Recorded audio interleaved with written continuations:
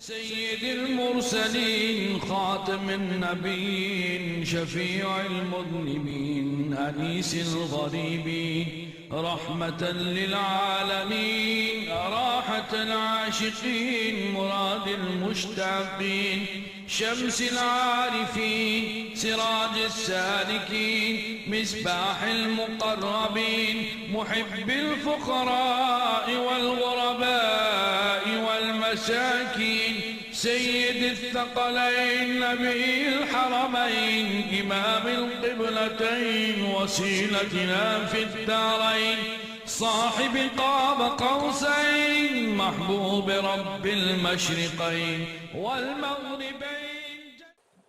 الحمدللہ وحدہ والصلاة والسلام علی من لا نبی بعدہ اما بعد فاعوذ باللہ من الشیطان الرجیم بسم اللہ الرحمن الرحیم قال اللہ تبارک وتعالی عز وجل فی محکم کتابہ المبین القرآن الحکیم بسم اللہ الرحمن الرحیم ولو انہم اذ ظلموا انفسہم جاؤک فاستغفر اللہ واستغفر لهم الرسول لوجد اللہ توابا الرحیما صدق اللہ العظیم وصدق رسولہ النبی الکریم ونحن علی ذلک لمن الشاکرین والحمد للہ رب العالمین. سلام بحضور خیر الانام صلی اللہ محمد علیہ وسلم.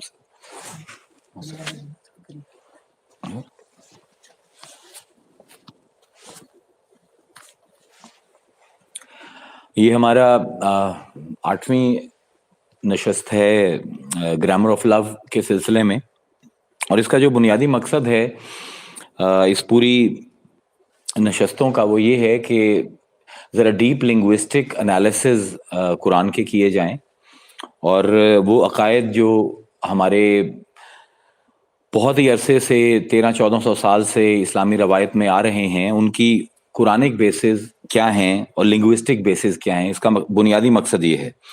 آج ہم نے جس موضوع کا انتخاب کیا ہے وہ ہے شفاعت رسول، انٹرسیشن.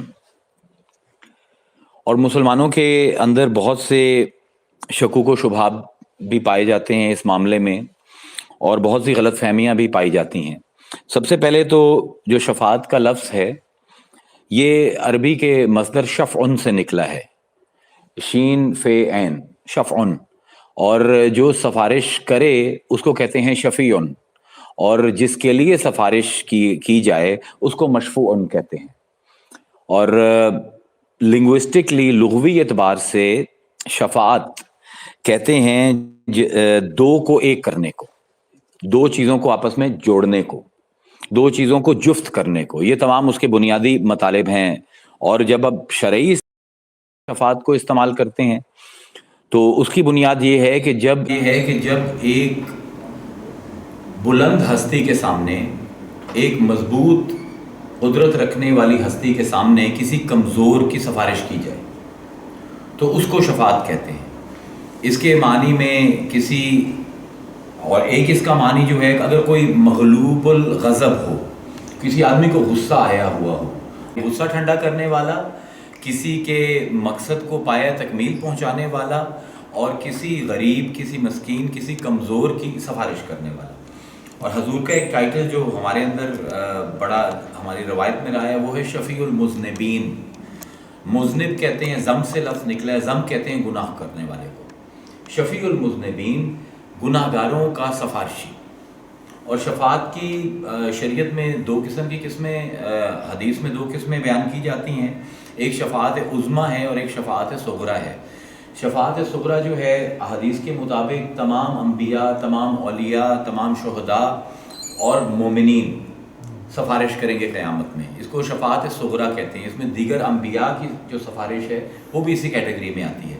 اور پھر ایک سفارش ہے مقام محمود کی، کہ جو حدیث میں آتا ہے کہ حضور فرماتے ہیں کہ میرے لیے حضور کے دائیں ہاتھ پر کرسی رکھی جائے گی، اور مجھے وہاں پر بٹھا کر، جو کہ مقام محمود ہے، جب میں پہلی سفارش کروں گا تو سب سے پہلے کہ انا اول شفیع، میں سب سے پہلا شفاعت کرنے والا ہوں، اور سب سے پہلا جس کی مشفع ہوگی، جس کی شفاعت قبول کی جائے گی وہ بھی میں ہوں.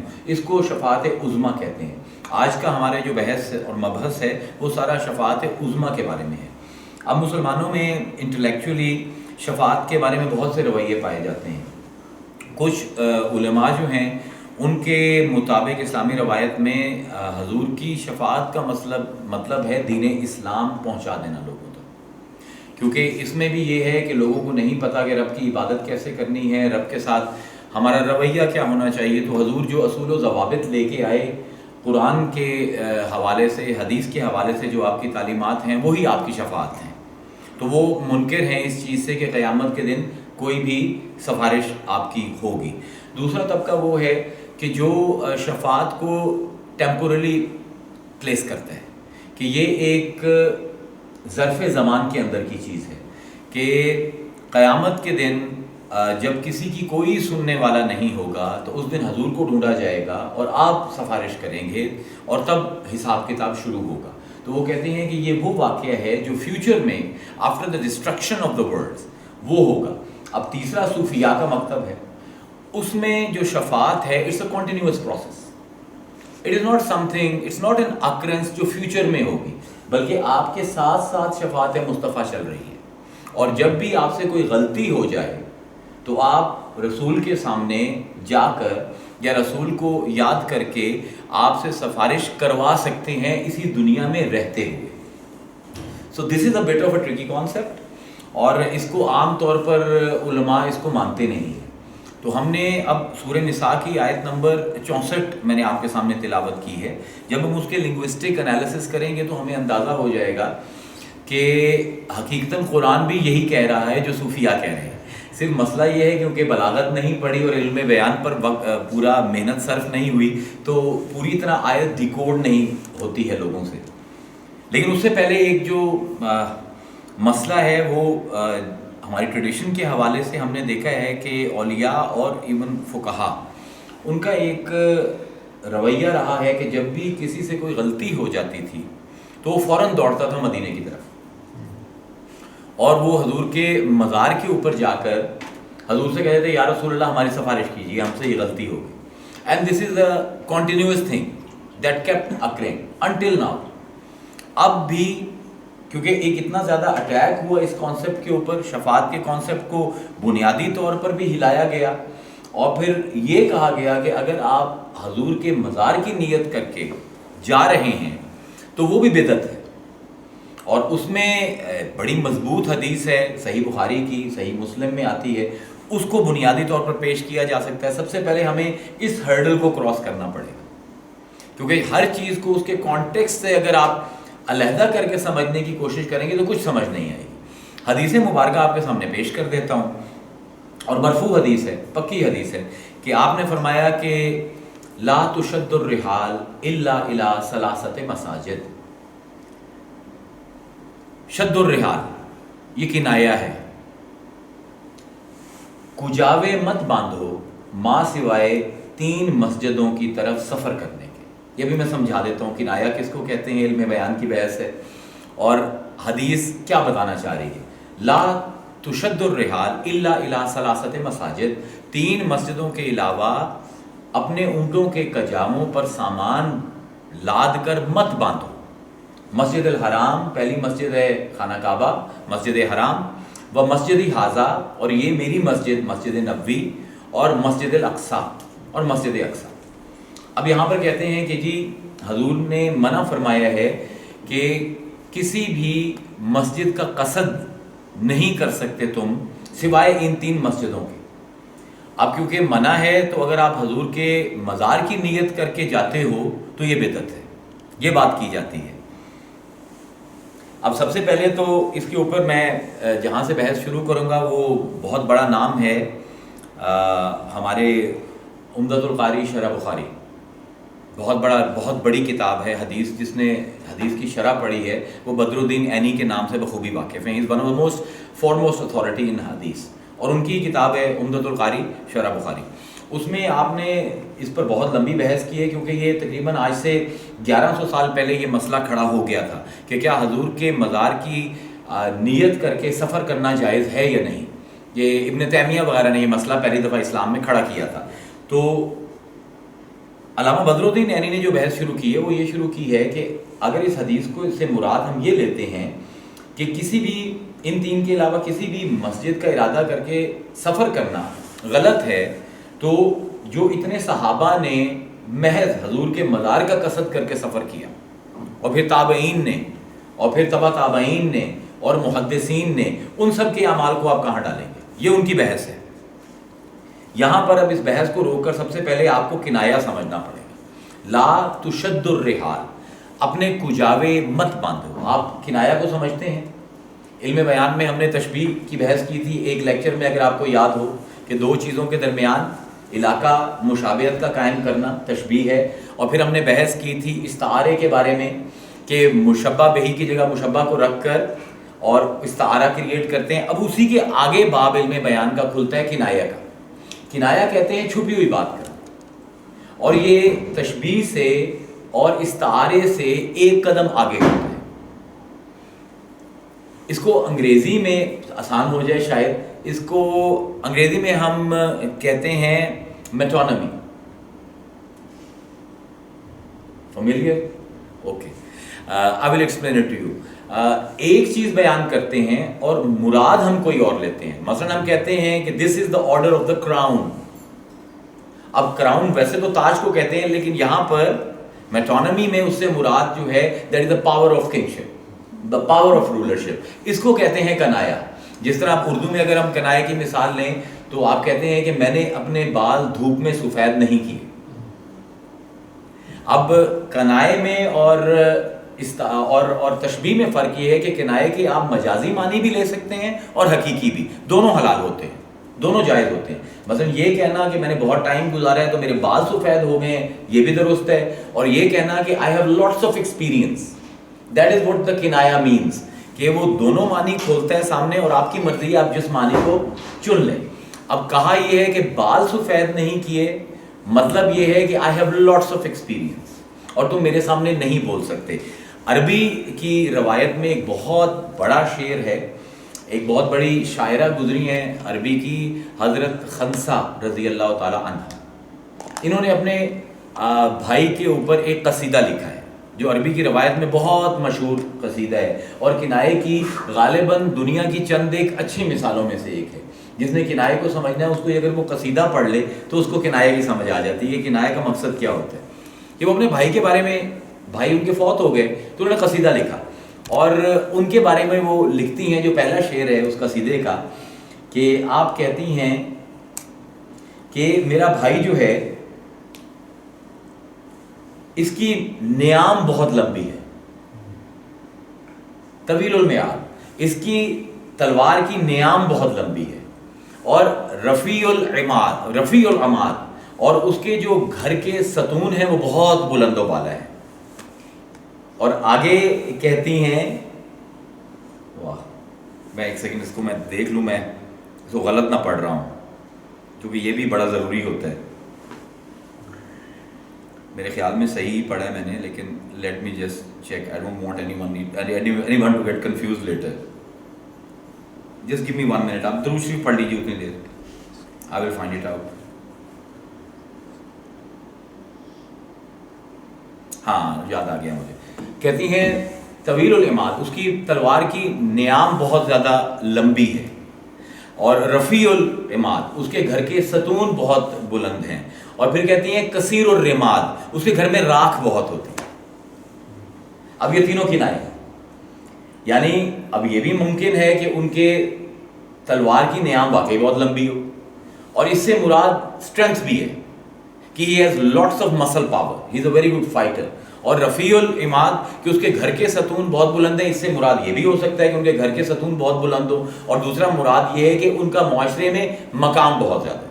لیکن جس پر میں فوکس کروا رہا ہوں وہ ہے کثیر الرماد، ان کے گھر میں راکھ بہت ہے۔ اب یہ جو کنایہ ہے اس کے پیچھے پوری کہانی چلتی ہے، it has lots of logical connections، اس کے بعد آپ کو کنایے کی سمجھ آتی ہے۔ اب راکھ کس کے گھر میں زیادہ ہوتی ہے؟ جس کے گھر میں لکڑیاں بہت جلتی ہیں۔ لکڑیاں کس کے گھر میں جلتی ہیں؟ جس کے گھر میں چولہا بہت وسیع ہوتا ہے۔ چولہا کس کے گھر میں وسیع ہوتا ہے؟ جس کے گھر کھانا بہت پکتا ہے۔ کھانا کس کے گھر بہت زیادہ پکتا ہے؟ جس کے گھر مہمان بہت زیادہ آتے ہیں۔ مہمان کس کے گھر آتے ہیں؟ جو بہت ملنسار اور سخی ہوتا ہے۔ تو راکھ والا کہہ کر اور سخی اور ملنسار مراد لینا، یہ ہے کنایہ۔ اب حضور کنایہ یہاں پہ استعمال کر رہے ہیں، لا تشد الرحال، تم اونٹوں کے کجاوے مت باندھو. اب اونٹوں کے کجاوے کون باندھتا ہے؟ جو سفر پر جانے والا ہو. اب کجاوے باندھنے کے لیے سامان کی ریکوائرمنٹ ہے. سامان کون رکھتا ہے؟ جو اتنے دور جا رہا ہو کہ شام سے پہلے اس کی واپسی ممکن نہ ہو. تو اس کو کھانا بھی چاہیے, اس کو ٹینٹ بھی چاہیے, اس کو پانی بھی چاہیے, اس کو کپڑے بھی چاہیے, اس کو اپنے بیدنگ کے لیے بھی کچھ سامان چاہیے. تو when you put all these things together تو بہت سا سامان بن جائے گا. تو اس کو کجاوے پر رکھنا اور پھر کجاوے کو باندھنا, لا تشد الرحال, یہ کنایا ہے کہ یہ کہہ کر کہ کجاوے مت باندھو, یعنی ضرورت سے زیادہ لمبا سفر جس سے تم ایک رات میں واپس نہ آ سکو سوائے 3 مساجد کے لیے, اس کے علاوہ منع کیا اس حدیث مبارکہ میں. اب اس حدیث کو بنیاد بنا کر کہا جاتا ہے کہ یا تو مسجد نبوی جاؤ, آپ حضور کے مزار کا قصد نہیں کر سکتے, مسجد نبوی کا کر سکتے ہو, مسجد اقصیٰ کا کر سکتے ہو, مسجد حرام کا کر سکتے ہو, لیکن مزار نبی کا قصد نہیں کر سکتے, یہ بدعت ہوگی. اس میں سب سے پہلے جو علامہ بدر الدین عینی نے بحث چھیڑی ہے وہ کہتے ہیں بات تو مسجدوں کی ہو رہی ہے, آپ مزار کو بیچ میں کیسے لے کر آ گئے؟ اور اگر اس سے مراد ہم یہ لے لیں کہ سفر کرنا ہی ناجائز ہے ان 3 مسجدوں کے علاوہ, تو اس کے علاوہ تو پھر تمام سفر جو ہم کرتے ہیں, چاہے کوئی اپنے ٹورزم کے لیے بھی جا رہا ہے, وہ بھی بدعت کے زمرے میں آ جائے گا. تو ہر چیز کو سمجھنے کی ضرورت ہے. اس لیے بدر الدین عینی نے جب اس کو احادیث کی روشنی میں دیکھا ہے وہ کہتے ہیں کہ حضور یہ کہہ رہے ہیں کہ زیادہ اجر کی نیت کر کے کہ ان 3 مساجد میں اجر زیادہ ہے نماز پڑھنے کا. اگر مسجد حرام میں آپ 2 نفل پڑھیں گے 2 لاکھ نفل کا ثواب ہوگا, 2 نفل مسجد نبوی میں پڑھتے ہیں تو آپ کو 1 لاکھ نفل کا ثواب ہوگا. وہی 2 نفل اگر آپ جا کے پڑھتے ہیں بیت المقدس میں تو آپ کو 2 کی بجائے 2000 کا ثواب ہوگا. تو وہ علامہ بدر الدین عینی کہتے ہیں کہ یہاں پر حضور یہ فرما رہے ہیں کہ زیادہ اجر کی توقع لے کر ان 3 مساجد کے علاوہ کسی اور مسجد میں مت جاؤ. تو لا تشد الرحال کہ آپ سامان مت باندھو, کجاوے مت باندھو, ان 3 مسجدوں کے علاوہ اجر آپ کو زیادہ نہیں ملے گا. اب یہ تو علامہ بدر الدین عینی کی بحث ہے. میں یہاں پر ایک سوال کھڑا کر رہا ہوں, اگر حدیثوں سے 4تھی مسجد نکل ہے اور اس کا ثواب ان سب سے زیادہ ہو تو پھر, اور حدیث بھی مرفوع ہو, رسالہ شفا قاضی عیاض اور امام بخاری یہ دونوں کتابیں تو سارے مسلک مانتے ہیں, انہی کی حدیث ہے, اور عبداللہ ابن عمر راوی ہے. اب یہاں پر یہ بھی دیکھنا پڑے گا کہ روایت کس سے آ رہی ہے. ہمارے یہاں پر ہم نے ایک ہی مطلب سلاٹ میں سب کو تول دیا, ہیرے موتی کوئلے سب ایک سلاٹ میں عوام کو بیچے جا رہے ہیں کہ یہ حدیث ہے حضور کی. علامہ جلال الدین سیوطی نے ایک پوری کتاب لکھی ہے جس کا نام تدریب الراوی, اور اس پوری کتاب میں انہوں نے بحث ہی راویوں کی صحت پر کی کہ یو کین ناٹ سے کہ حدیث کا ہر راوی ایک ہی مقام پر ہے. اب کچھ حدیث کے راوی ہیں جو اتنے پڑھے لکھے بھی نہیں ہیں, اور کچھ ہیں جو حفاظ ہیں, کچھ ہیں جو مفسر ہیں, کچھ ہیں جو لا گیور ہیں, فقیہ ہیں, اور کچھ ہیں حضرت علی جیسے جن کو باب العلم کہا گیا. تو ان سب کا مقام ایک نہیں ہے. یہ تو ایسے ہی ہے کہ میں کہوں کہ جی یہ لاہوری نے بات کی ہے نا تو یہ اوتھینٹک ہوگی. نو نو نو, وی ول ہیو ٹو سی کہ لاہوریوں میں سے کون بات کر رہا ہے, پڑھا لکھا بات کر رہا ہے, کوئی بہت زیادہ کیریکٹر والا بات کر رہا ہے, یا عام کیریکٹر والا بات کر رہا ہے, کسی کا ایجوکیشن لیول کیا ہے, کسی کا انٹلیکچوئل لیول کیا ہے. اب ہر ایک کو ایک صف میں نہیں کھڑا کر سکتے. تو تدریب الراوی جو ہے وہ علم المصطلح کی کتاب ہے, اور اس میں حدیث کی اصطلاحات, حضور کے رویے اور راویوں کے مقام کے اوپر بحث کی گئی ہے. اب Abdullah ibn Umar is one of the top niche, کیونکہ یہ فقیہ بھی ہیں, محدث بھی ہیں, اور معلم بھی ہیں. تو یہ روایت جو ان سے آئے گی وہ دیگر اصحابہ کی روایت سے زیادہ مضبوط ہوگی, اور کتاب بھی بخاری ہے اور شفا شریف ہے. اب آپ فرماتے ہیں کہ کان النبی صلی اللہ علیہ وآلہ وسلم یاتی مسجد قباء کل سبت, کہ حضور ہر ہفتے کو مسجد قباء جاتے تھے, ماشین اور راکبن, کبھی سواری پر سوار ہو کے اور کبھی پیدل. مسجد قباء اسلام کی پہلی مسجد ہے. جب حضور مدینہ شریف ہجرت کر کے آئے تو آپ ڈائریکٹ مدینے میں داخل نہیں ہوئے, آپ نے پہلے 2 ہفتے قیام کیا تھا جہاں پر اب مسجد قباء ہے, اور یہاں پر آپ نے اس مسجد کی بنیاد ڈالی تھی. اب فرماتے ہیں کہ ہر ہفتے والے دن عبداللہ ابن عمر کہہ رہے ہیں، صحیح بخاری کی حدیث ہے، ہر ہفتے کے دن حضور جاتے تھے مسجد قباء سفر کر کے، اور آپ فرماتے تھے کہ رکعتین فی مسجد قباء کا عمرہ، 2 رکعتیں مسجد قباء میں پڑھنا عمرے کے برابر ہے۔ اب عمرے کا ثواب آپ نے خود ہی بیچ میں فل ان دی بلینکس کر لی ہیں، مطلب حدیث کا متن یہی ہے، کا عمرہ ویسا ہی ہے جیسے عمرہ کرنا۔ اب یہ تو حضور کا فرمان ہے، تو اب یہ مسجد قباء نکل آئی، اب یہاں پر تو 2 رکعتوں کا ثواب نہ 2 لاکھ کے برابر ہے، نہ 1 لاکھ کے برابر، عمرے کے برابر ہے۔ عمرے میں آپ کیا کیا کرتے ہیں وہ سب کچھ ایک طرف، اور مسجد قباء میں 2 نفل پڑھنا ایک طرف۔ اس کے اوپر عمل جو سب سے زیادہ کیے وہ حضرت عمر نے کیے۔ اسی کتاب میں آگے چلے جائیں آپ کو تو آپ کو حدیث نظر آتی ہے کہ حضرت عمر جو ہیں ہر جمعرات کو اور ہر سوموار کو ہفتے میں 2 دفعہ بلا ناغہ ہر ہفتے کو حضرت عمر جاتے تھے اور مسجد قباء میں نوافل ادا کرتے تھے اور فرماتے تھے کہ یہاں پر 2 رکعت پڑھنا مجھے 2 دفعہ بیت اللہ کی زیارت کرنے سے زیادہ عزیز ہے۔ اب شد الرحال کا معاملہ ہے وہ بھی طے ہو گیا اسی حدیث میں کہ حضرت عمر فرماتے ہیں لو کانا، یہ سمجھنے کی حدیث ہے، لو کانا فی طرف الارض، اگر میں عمر مشرق میں ہوں اور یہ مسجد قباء مغرب میں ہوتی، میں دنیا کے ایک کونے میں ہوتا اور مسجد قباء دنیا کے دوسرے کونے میں ہوتی، نضربنا الیہا اقباد الابل، تو میں سامان اپنا اونٹ پر باندھتا اور وہاں پر سفر کر کے نفل ادا کرتا۔ تو اب یہ حضور کی حدیث ہے، تو اب یہ چوتھی مسجد کو کہاں ڈالیں؟ لا تشد الرحال کو کہاں ڈالیں؟ چوتھی مسجد ہوگی، اور یہ تو چوتھی مسجد ہے، میں آپ کو 1 لاکھ مسجد اور دکھا دیتا ہوں۔ ہر مسجد میں نماز پڑھنے کا ثواب 27 گنا زیادہ ہے، اور جب آپ باجماعت نماز پڑھنے کے لیے جاتے ہیں آپ یہی نیت کر کے جاتے ہیں کہ مجھے زیادہ اجر چاہیے، تو ایک حدیث لے لینا، ایک قرآن کی آیت لے لینا اور اس سے پورا عقیدہ اٹھا دینا، اس طرح بات نہیں بنتی۔ یو ہیو ٹو انڈرسٹینڈ کہ یہاں پر یہ بتایا جا رہا ہے کہ یہ 3 مقامات ہیں۔ اب یہاں پر اصولیوں کی ایک بحث چلتی ہے which is bit tough، میں آپ کو آسانی سے سمجھا دوں گا۔ وہ اصولیوں کی بحث کیا ہے کہ اگر عموم یا اطلاق سے ایک فرد کو خارج کر دیا جائے تو تمام ظنی الدلالت ہو جاتے ہیں۔ مثلا I will explain it to you by a very easy example۔ ہم سب یہاں پر بیٹھے ہیں اور میں کہتا ہوں کہ میرا حکم ہے اس دروازے سے باہر کوئی نہیں جائے گا جب تک لیکچر ختم نہیں ہوتا، پھر میں کہتا ہوں کہ شہر یار تو باہر چلا جا، اب ایک کو باہر نکالا نا تو باقی سب ظنی الدلالت ہو جائیں گے۔ اب وہ دوسرے بھی کہتے ہیں کہ ہمیں کیوں نہیں نکالتے، تم نے پہلے خود ہی حکم دیا تھا کہ اس کے علاوہ اس کمرے سے کوئی باہر نہیں جا سکتا، اور اب تم نے ایک کو خود ہی باہر نکال دی ہے، تو میں ان سے کہوں گا کہ بھائی اس نے یہ کام کیا ہے، اس کی وجہ سے یہ باہر نکلا ہے، تو آپ سب بھی وہ کام کر کے اس سے باہر نکل سکتے ہیں۔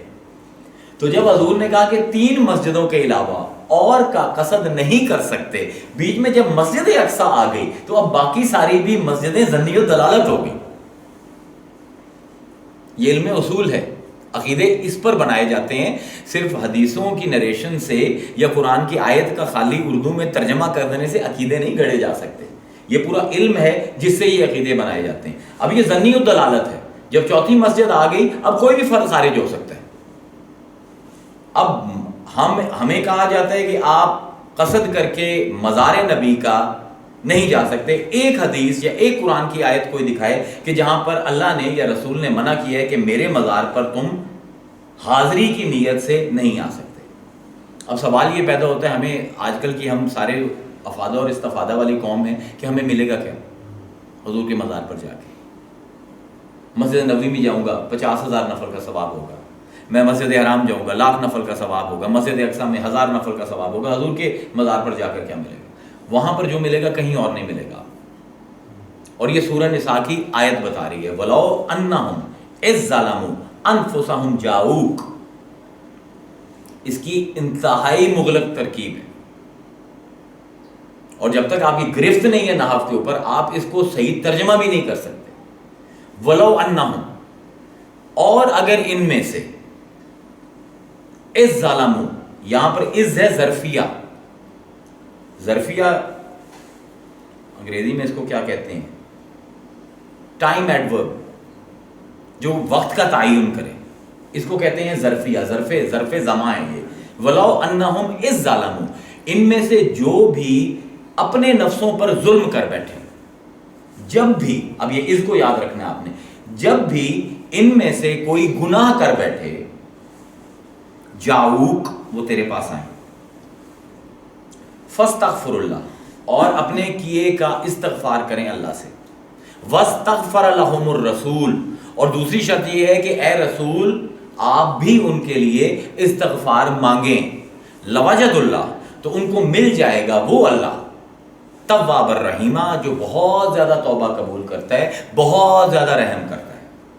ابھی تو میں نے اس کا بالکل سمپل ترجمہ کیا ہے. یہاں پر جو بحث چھڑ رہی ہے وہ ہے اینٹیسیڈنٹ اور سبسیکوینٹ کی. یاد ہے کسی کو؟ تھوڑا بہت یاد ہے, ہاں وہ پرائمری کلاس میں پڑھایا تھا. اینٹیسیڈنٹ پہلے آتا ہے اور سبسیکوینٹ بعد میں آتا ہے. اینٹیسیڈنٹ ہے از, جب بھی گناہ کریں, سبسیکوینٹ ہے تیرے پاس آئیں. مثلا ہم پنجابی کہتے ہیں کہ پیڑا ویلا آئی تو میرے ویلا آئے تو میرے کو لائیں. بھیڑا ویلا آنا یہ ہے اینٹیسیڈنٹ, اور میرے پاس آنا یہ ہے سبسیکوینٹ, کہ اگر تجھے پر برا وقت آتا ہے میرے پاس آئے گا, میں تیری مدد کر دوں گا. قرآن یہ کہتا ہے کہ جب تمہارے پر روحانی طور پر برا وقت آئے تو جاؤک, تم اس کی طرف جاؤ. کاف جو ہے تو کے لیے استعمال ہوتا ہے, تیری طرف آئیں. اب یہاں پر ہم بلاغت کا باب چھیڑ رہے ہیں آپ کی نفاست طبع کو سامنے رکھتے ہوئے. I will try to make it as simple as possible. بلاغت کا ایک باب آپ کے سامنے کھول رہا ہوں, لنگوسٹک کا. وہ یہ ہے کہ ایک ہی جملے میں اسلوب کلام بدلنا, انداز بیاں بدلنا, گفتگو کا محور بدلنا, گفتگو کی ڈائریکشن بدلنا ممنوع ہے. آپ ایک طرح سے بات کر رہے ہیں, آپ نے بات تبدیل کر دی. تو بلاغی یہ کہتے ہیں کہ اگر غرض نہ بدلے تو آپ بات کا لہجہ نہیں بدل سکتے, بات کا اسلوب نہیں بدل سکتے, اپنا انداز بیان نہیں بدل سکتے. اب یہاں پر اللہ یہی کہہ رہا ہے, وَلَوْ أَنَّهُمْ إِذْ ظَلَمُوا أَنفُسَهُمْ جَاءُوكَ, وہ جب بھی گناہ کر بیٹھیں, اپنے نفسوں پر ظلم کر بیٹھیں, جَاءُوكَ, وہ تیرے پاس آئیں.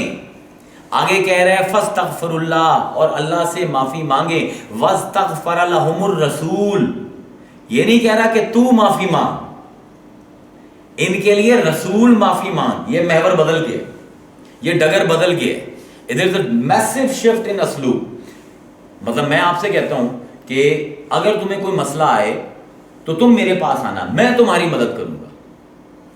اللہ یہ نہیں فرما رہا, اسلوب کلام تبدیل ہو رہا ہے. اور التفات اگر غرض نہ بدلے, التفات ممنوع ہے بلاغت میں. اگر غلطی کر بیٹھے تو آئیں تیرے پاس, ہونا چاہیے تھا معافی مانگے تو, معافی مانگے رسول. یہ غرض کیوں بدلی ہے؟ یہ جو لنگوسٹکس ہیں یہ it's you have to be like a surgeon.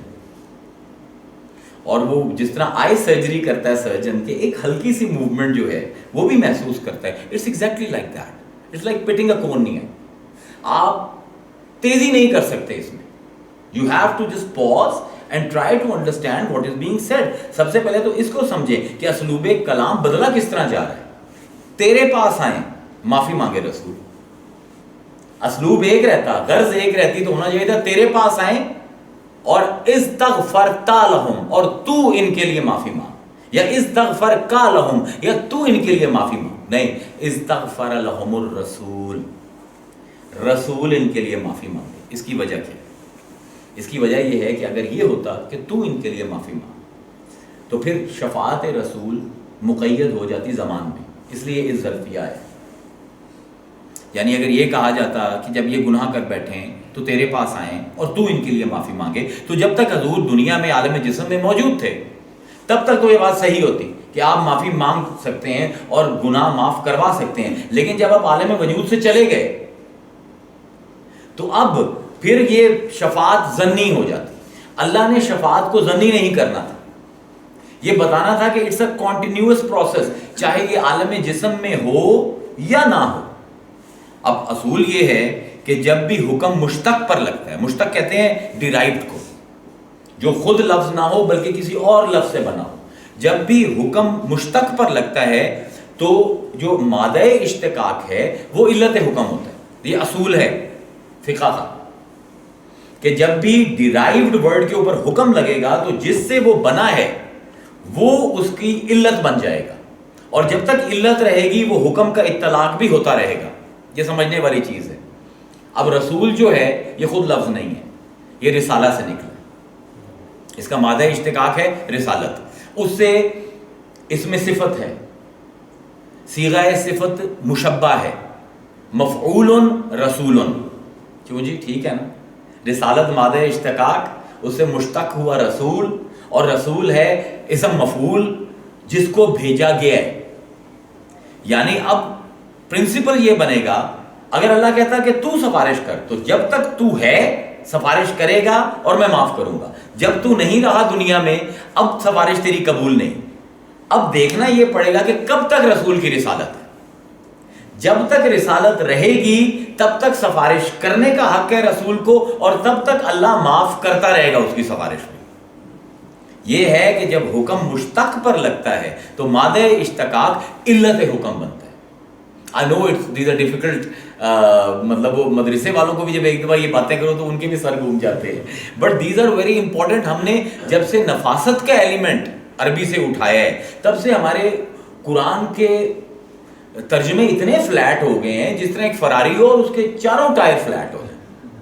It's exactly what we have done to Quran. سارا جمالیات ہم نے اس میں سے باہر نکال دی ہے just because we have not worked hard in the linguistics. اب اللہ کہہ رہے ہیں کہ جب یہ گناہ کریں تیرے پاس آئیں، لیکن استغفار تو نے نہیں کرنا، رسول نے کرنا ہے. اب سوال یہ ہے کہ یہ رسول کس کس کا ہے اور کب کب تک رسول ہے، یہ فیصلہ قرآن ہی کرے گا.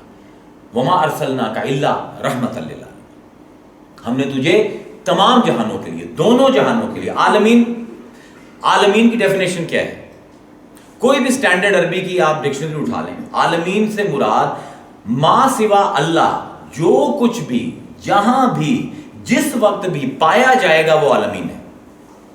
تو وما ارسلناک الا رحمۃ للعالمین، ہم نے تجھے رحمت بنا کر بھیجا. اب رحمت کا بھی سمجھنے کا تعلق ہے، ایک ہے رب اور ایک ہے رحمت. ربوبیت اور رحمت میں فرق کیا ہے؟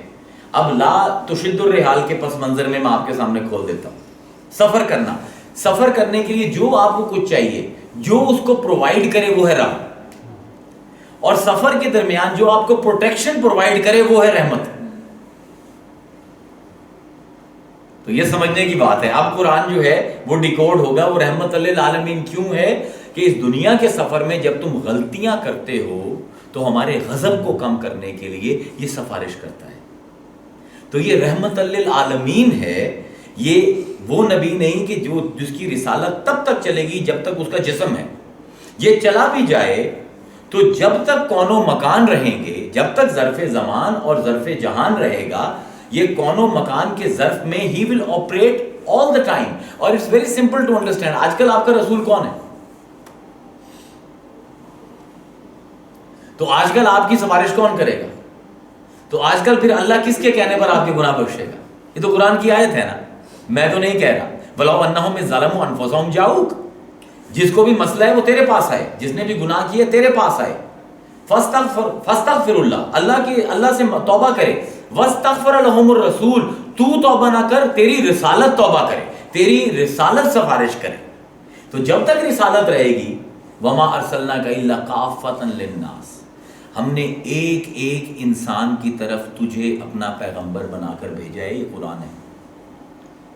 اور حضور نے فرمایا فضلت علی الانبیاء ستن، اللہ نے مجھے 6 باتوں میں دوسرے نبیوں سے فضیلت دی ہے. ان میں سے ایک ہے ارسلت الی الخلق کافہ، اللہ نے مجھے جتنی بھی مخلوق بنائی ہے سب مخلوق کے لیے رسول بنا کر بھیجا ہے. چنانچہ اذ ظرفیہ جو ہے اس سے مراد یہاں پر اگر تو یہ رہتا کہ تو سفارش کر تو پھر آپ اس ظرفیہ کو استعمال کرتے کہ جب تک تو حضور ہیں تب تک سفارش کریں گے. لیکن اگر رسول کی رسالت قیامت تک جانی ہے اور قیامت کے بعد روز حشر میں بھی وہی شفیع ہے اور روز حشر کے بعد جنت جہنم کے میں بھی اس کا عمل دخل ہے، تو آپ اس کی آپ کے لیے شفاعت کرنے کی کیپیسٹی کو خود کم کیوں کر رہے ہیں؟ اب میں نے اس پر بہت غور کیا کہ آخر علماء کو مسئلہ کیا ہے. تو مجھے آخر پہ میں جو حتمی رائے مجھے قائم ہوئی ہے وہ یہ ہے کہ ہمارے علماء چاہتے ہیں سارے جہنم میں جائیں. اور وہ بہانے ڈھونڈتے ہیں. اس لیے کنٹینیوس شفاعت کا بھی جو کانٹرڈکشن کی گئی ہے, کیونکہ وہ ایک سہولت ہے آپ کے لیے کہ یار آپ پوری طرح اسٹرائیو کر رہے ہو but you are a weak person and you are, آپ غلطی کر بیٹھتے ہو تو مایوس ہونے کی ضرورت نہیں ہے. مسجد نبوی میں مزار ہے, جاؤ ادھر. اب یہاں پر کہتے ہیں جی یہ تو بدعت ہے, تو بھائی اگر یہ بدعت آپ کی پہلی صدی سے لے کر تیسری صدی تک صحابہ, تابعین اور تبع تابعین کے دور میں ثابت ہو جائے, پھر کیا کریں گے؟ اور میں حوالے بھی اپنے مسلک کی کسی کتاب کا نہیں دوں گا, کیونکہ سب سے زیادہ مضبوط شہادت وہ ہوتی ہے جو آپ کے مخالف کے ہاں سے آئے, وہ آپ کی بات کو اسٹرینتھ دیتی ہے. علامہ عماد الدین کثیر, ابن کثیر ہمارے مسلک کے نہیں ہیں, صوفیہ کے مشرب کے بندے نہیں ہیں, دوسرے مشرب کے. یہی آیت ہے, ان کی تفسیر اٹھا کے دیکھیے, انہوں نے اس کے نیچے کیا لکھا ہے. انہوں نے واقعہ لکھا ہے, اتبی بن ابو سفیان, ان کا واقعہ ہے. یہ اتبی بن ابو سفیان کون ہے؟ ہی از دا بیسٹ فرینڈ آف امام بخاری. 3 ہجری کی یہ روایت ہے, شیخ اسباغ کی روایت ہے, جو بیان کرتے ہیں, اور بیان یہ کرتے ہیں کہ ایک اعرابی, کہتے ہیں میں ایک دن حضور کے روضے پر بیٹھا ہوا تھا اور ایک اعرابی آیا اور اس نے آ کے کہا السلام علیکم یا رسول اللہ, سمعت اللہ یقول, یا رسول اللہ میں نے سنا ہے کہ اللہ کہتا ہے وَلَوْ أَنَّهُمْ إِذْ ظَلَمُوا أَنفُسَهُمْ جَاءُوكَ فَاسْتَغْفِرُوا اللَّهَ وَاسْتَغْفَرَ لَهُمُ الرَّسُولُ لَوَجَدُوا اللَّهَ تَوَّابًا رَحِيمًا, کہ میں نے سنا ہے اللہ کہتا ہے کہ جو تم میں سے گناہ کر بیٹھے وہ رسول کے پاس آ جائے. یا رسول اللہ میں آپ کے پاس آ گیا, اور یہ کہہ کر اور اس نے رونا شروع کر دیا. اور پھر اس نے اس کے بعد نعت شریف پڑھی. اس نعت میں میں آپ کو چیدہ اشعار کے ترجمے بتا دیتا ہوں کہ اس نے کہا کہ اے جو کہ اس قبر میں دفن ہے, جو کہ جتنے بھی لوگ دفن ہوئے ان سب کا سردار ہے, یا رسول اللہ آپ کے جسم کی مہک سے دشت و دمن مہک رہے ہیں, اور پوری دنیا کا تقوی, پوری دنیا کی خیر, پوری دنیا کا حسن اسی قبر میں ہے جس میں آپ تشریف فرما ہیں, اور میں اسی قبر پہ آیا ہوں جس میں آپ جلوہ نما ہیں, اور یا رسول اللہ مجھ سے گناہ ہو گیا, مستغفر لذنبی. یہ لام جو ہے حال تعلیلیہ کا ہے, یہ جملہ حال تعلیلیہ ہے. میں جو سفر کر کے آیا ہوں اس لیے کر کے آیا ہوں کہ آپ سے اپنے گناہ بخشواؤں. کتاب کا حوالہ میں نے آپ کو دے دیا ہے, روایت کو چیک کرنا آپ کا کام ہے. جو انفارمیشن دے رہا ہوں اگر غلط ہو تو مجھے بتائیے گا. ہی از دا بیسٹ فرینڈ آف امام بخاری, اتبی بن ابو سفیان. اور وہ کہہ رہے ہیں کہ وہ عربی آیا اور اس نے کہا یا رسول اللہ مستغفر لذنبی, میرے گناہ کے لیے اللہ سے معافی مانگیے. اور یہ کہہ کر وہ روتا رہا اور تھوڑی دیر بعد رو کر وہ چلا گیا. کہتے ہیں وہ جیسے ہی گیا تو مجھے غنودگی چھا گئی اور میں نے خواب میں رسول اکرم کی زیارت کی, اور حضور نے فرمایا یا اتبیو الحق الاعرابیہ, اتبی جلدی جا کے اعرابی کو پکڑ, فبشرہ, اور اس کو بشارت دے, اس کو خوشخبری دے, ان اللہ غفر اللہ, اللہ نے اس کو معاف کر دیا ہے. اب یہ علامہ عماد الدین ابن کثیر کی کتاب ہے اور اسی کے, اب یہ تو 3 ہجری ہے, اگر پہلی ہجری میں ہی آپ کو دکھا دیں اور حوالہ بھی وہ دیں کہ جو ہمارا سب سے زیادہ مخالف ہے, ابن حیان اندلسی, بہت بڑے مفسر ہیں اسلام کے, اور یہ ابن تیمیہ کے لنگوٹیے یار ہیں. یہ لنگوٹیہ لفظ بڑا خطرناک ہے, کیونکہ یہ جتنے بھی جن لوگوں کی باتیں میں آپ سے کر رہا ہوں نا, ان کا ایک میں نے وصف جو دیکھا ہے وہ یہ ہے, ان کی دوستیاں بہت جلدی ہوتی ہیں اور پھر ایسی ان کی آپس میں طلاق ہوتی ہے کہ ایک دوسرے کی شکل نہیں دیکھتے. یہ محدثین میں بھی آپ کو عام نظر آئے گا, یہ علماء میں بھی آپ کو عام نظر آئے گا, مفسرین میں بھی عام نظر آئے گا. جو میری اپنی جہاں تک میں نے دیکھا ہے, اگر نسل در نسل نبھنے والی کوئی قوم اسلام میں پائی گئی ہے تو وہ صوفی ہیں, ورنہ ایک ہی نسل کے اندر ایسا اختلاف ہوتا ہے چھوٹی سی بات کے اوپر کہ وہ کہتا ہے کہ ہم میں تیری شکل نہیں دیکھنی تو میری شکل نہ دیکھ. تو یہ ابو ابن حیان اندلسی کا بالکل یہی معاملہ ہے کہ وہ دا بیسٹ فرینڈ آف ابن تیمیہ. ایک بات کے اوپر بحث ہو گئی اور ساری عمر پھر نہیں ملی. یہ اپنی تفسیر میں لکھتے ہیں اور یہ آپ کو دیگر حدیث کی کتابوں میں بھی مل جائے گی روایت. اور اس روایت کے راوی ہیں جو سب سے بڑے حدیث کے راوی ہیں, باب العلم حضرت علی. اس سے بڑا راوی حدیث کا کوئی نہیں ہے جس کے اوپر حضور کی سند ہو, کیا نا مدینۃ العلم وعلی بابھا, اس کے علم میں کم از کم آپ اور میں شک نہیں کر سکتے. اب یہ باب العلم کی حدیث ہے، یہ روایت کرتے ہیں، فرماتے ہیں ہم نے حضور کو دفن کیا، 3 دن ہو گئے حضور کے تدفین کو، اور ایک عربی آیا اور اس نے آ کر حضور کی قبر مبارک سے مٹی اٹھائی اور اپنے سر میں ڈالی۔ اب یہ لوگ کہتے ہیں کہ قبروں کی مٹی کیوں لے کر جاتے ہو؟ اس کا ثبوت یہ حدیث ہے حصول برکت کے لیے۔ تو اس نے مٹی حضور کی مزار کی لے کر اپنے سر پر ملی اور رونے لگا اور کہنے لگا کہ اللہ تو کہتا ہے وَلَوْ أَنَّهُمْ إِذْ ظَلَمُوا أَنفُسَهُمْ جَاءُوكَ، کہ اگر گناہ کر بیٹھیں تو تیرے پاس آ جائیں، اب میں گناہ کر بیٹھا ہوں، میں تیرے پاس آیا ہوں، تو دفن ہو گئے۔ تو حضرت علی فرماتے ہیں کہ نودیا من القبر، میں نے اپنے کانوں سے سنا کہ حضور کی قبر سے حضور کی آواز آ رہی ہے، اور آپ نے فرمایا کہ اس کو بشارت دے دے قد غفر لک، کہ تجھے ہم نے معاف کر دیا۔ تو اب آپ اتنی روایات کو، ایک حدیث کو پروف کرنے کے لیے آپ کتنی روایات کا گلا گھونٹو گے؟ یو ہیو ٹو انڈرسٹینڈ کہ اسلام کے ٹریڈیشن میں شفاعت رسول از آن گوئنگ۔ اب مسئلہ کہاں سے آتا ہے؟ مسئلہ فلسافیکلی مسئلہ کیا ہے؟ فلسافیکلی مسئلہ یہ ہے، وہ یہ کہتے ہیں کہ جی غافر تو صرف اللہ ہے، غفار تو صرف اللہ ہے۔ یہاں پر جب آپ حضور کو کر دیتے ہیں تو آپ حضور کو اللہ کی صفات میں شریک مان رہے ہیں۔ بھئی ہم تو سفارشی مان رہے ہیں، ہم شریک تو نہیں مان رہے۔ اور یہاں پر اب یہ بہت بڑا باب کھولا جاتا ہے جو اسلام میں اس وقت بہت زیادہ ہے کہ ما سوا اللہ کوئی نفع نہیں دے سکتا۔ یہ بات بھی غیر قرآنی ہے، اس بات کا قرآن سے کوئی تعلق نہیں۔ آپ نے ایک آیت پڑھ دی کہ اللہ کے سوا کوئی نفع نہیں دے سکتا، اور دوسری سینکڑوں آیتیں ایک سائیڈ پہ کر دیں جہاں پہ غیر اللہ نفع دے رہے ہیں۔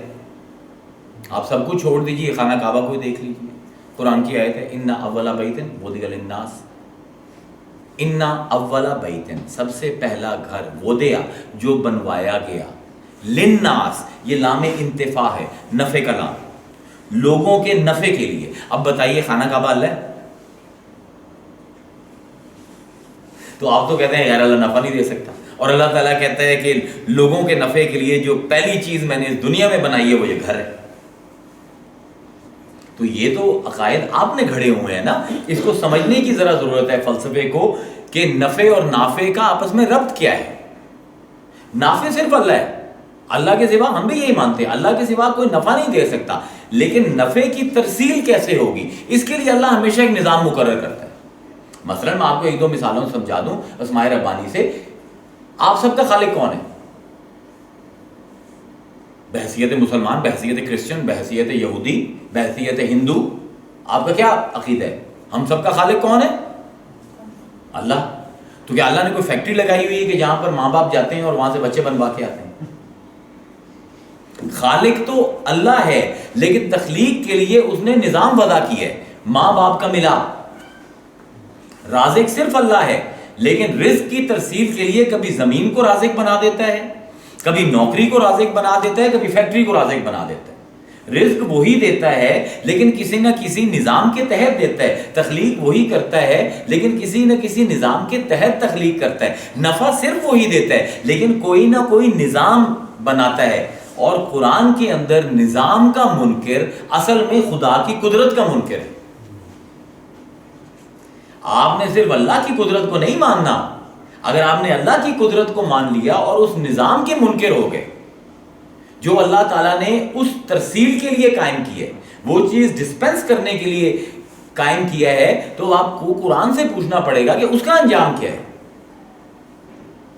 اللہ نے سجدہ اپنے لیے کیا، سجدہ عبادت رکھی، فرشتوں کو حکم ہوا سجدہ کرو، اور پھر فرما دیا وَإِذْ قُلْنَا لِلْمَلَائِكَةِ اسْجُدُوا لِآدَمَ۔ یہ نظام آ رہا ہے سجدے کا کہ تم آج کے بعد آدم کو سجدہ کرو گے، آدم کو سجدہ کرو۔ فَسَجَدُوا، سب نے سجدہ کیا، الا ابلیس، ماں سوائے ابلیس کے، ابا، اس نے انکار کیا، واستکبر، ہی بیکیم پراؤڈ، اس نے تکبر کیا، وَكَانَ مِنَ الْكَافِرِينَ، کانا ماضی بعید ہے، وہ شروع سے ہی کافر تھا۔ اللہ میاں تیرے سامنے سجدہ کرنے سے تو انکار نہیں کیا، کفر کا فتویٰ کیوں آیا؟ بتایا یہ جا رہا ہے کہ ہمارے نظام کا منکر اصل میں ہمارا منکر ہے۔ اگر آپ کعبے کو نفع بخش نہیں مانتے تو آپ حقیقتاً اللہ کے نافع ہونے کی اپنا انکار کر رہے ہو. اگر آپ ماں باپ کی عزت آج نہیں کرتے ہو، یہ اصل میں اللہ کی عزت نہ کرنا ہے. ماں باپ کا باغی حدیث میں کیوں اللہ کا باغی قرار دیا گیا؟ کیونکہ وہ قدرت خدا کو مانتا ہے لیکن قدرت نظام خدا کو نہیں مانتا.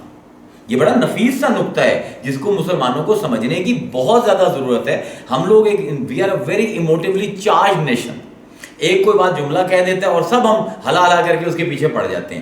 بھائی یہ عقائد کے مسائل ہیں، یہ بڑی تفہیم کے ساتھ اور بڑی انڈرسٹینڈنگ کے ساتھ یہ جو عقائد آپ کہتے ہیں اس کے پیچھے علم اصول کھڑا ہوا ہے جس کو سمجھتے سمجھتے آپ کے بال سفید ہو جاتے ہیں. پھر کنایا استعمال کرنا.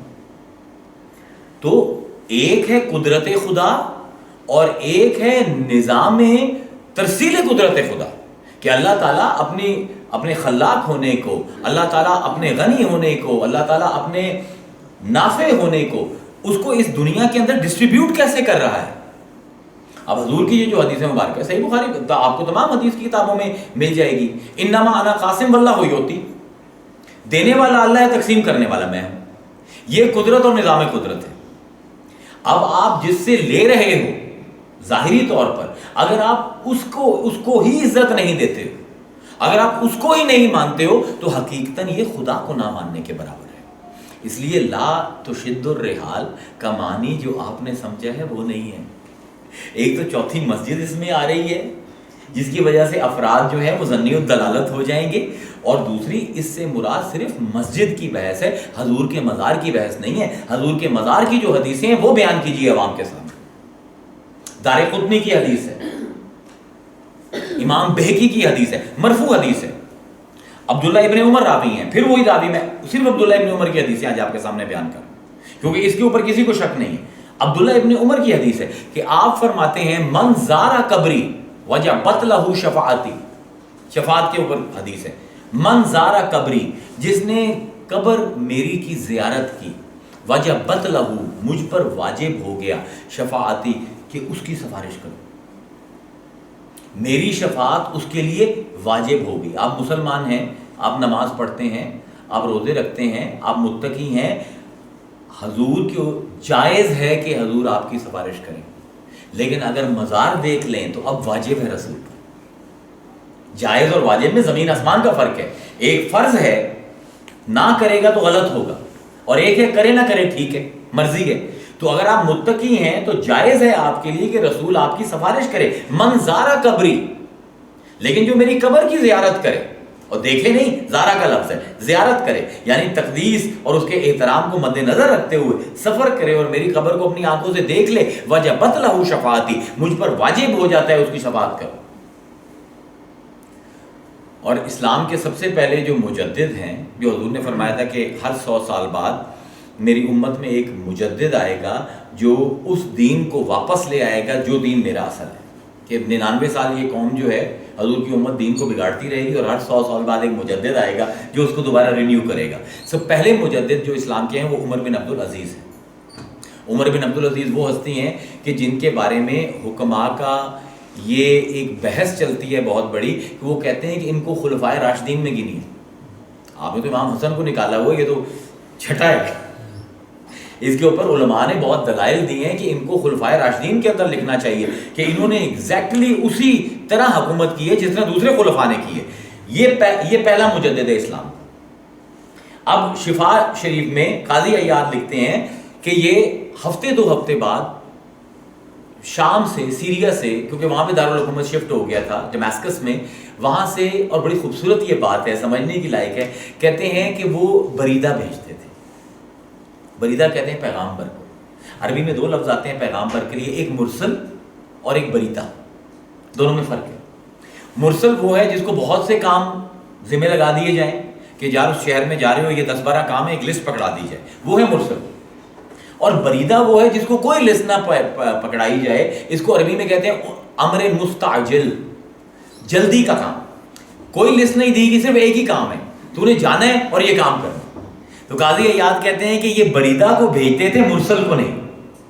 اور کہتے تھے کہ تو نے بس جانا ہے کہ گھوڑے پہ چڑھ، گھوڑا دوڑاتا جا، اور جب مسجد نبوی آ جائے تو وہاں پہ جا کر ہاتھ جوڑ کر تو نے کہنا ہے کہ آپ کا غلام عمر بن عبدالعزیز سلام حضور پیش کرتا ہے، اور آپ نے جو منصب دیا ہوا ہے، جو ڈیوٹی لگائی ہوئی ہے وہ کر رہا ہے. یاد بڑی آ رہی ہے آپ کی، یا رسول اللہ آپ سے اپنے گناہوں کی مغفرت مانگتا ہوں، اللہ تعالیٰ سے سفارش کیجئے اور میرے کام آسان کیجئے۔ اب یہ بریدہ کو بھیج رہے ہیں، مرسل کو نہیں، یعنی یہ نہیں کہ 3-4 کام ہے تو ایک کام کر لے، نہیں، وہاں سے جب چلا ہے وہ تو اس کے ذہن کے اندر ایک ہی نیت ہے کہ میں نے مزار رسول کے اوپر حاضری دینی ہے۔ تو جب آپ اس حدیث کو بیان کرتے ہیں لا تشد الرحال کو، تو یو آر ناٹ انڈرسٹینڈنگ کہ آپ اسلام کے پہلے مجدد کے اوپر فتویٰ لگا رہے ہیں، کیونکہ عمر بن عبدالعزیز وہ ہستی ہے کہ کسی اسلامی مسلک کا اس آدمی سے کوئی اختلاف نہیں ہے۔ تو یہ گزارشات تھیں، میرے خیال میں ہمارا ٹائم بھی ہو گیا جو ہم نے رکھا ہوا تھا۔ یہ گزارشات تھیں، آپ نظام جو اسلام کا نظام ہے نفع کی ترسیل کا، مغفرت کی ترسیل کا، اس نظام کا انکار کر کے آپ وہ اس غافر کو نہیں پا سکتے، اس غفار کو نہیں پا سکتے۔ تبھی اللہ فرمائے لوجد اللہ تواب الرحیم، جب اس کے در پر آؤ گے اور رسول تمہارے لیے معافی طلب کرے گا تب انہیں وہ خدا ملے گا۔